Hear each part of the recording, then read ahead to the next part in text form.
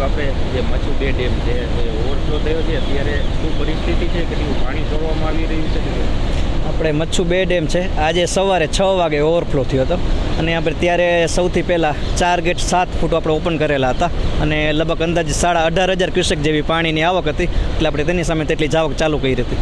જે આપણે સમય જતા અત્યારે સવારે 9 વાગે તેમાં ઘટાડો થતાં આપણે 4 ગેટને 5 ફૂટ કરવામાં આવ્યા છે અને અત્યારે હાલમાં આવક 13,500 ક્યુસેક જેવી આવક છે અને તેટલું આપણે પાણી છોડીએ છીએ. ડેમ છે અત્યાર સુધીમાં કેટલી વખત ઓવરફ્લો થયો ને આ ડેમ ભરાઈ જતાં કેટલો ફાયદો થશે?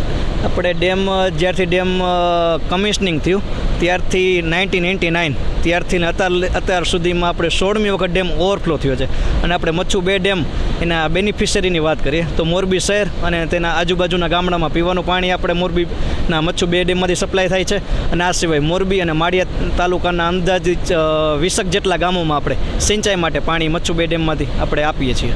કેટલા ગામોને એલર્ટ કરવામાં આવે છે? મોરબી અને માળિયા તાલુકાના અંદાજિત 29 જેટલા ગામોને આપણે એલર્ટ કરેલા છે. ક્યાંથી પાણી આવે?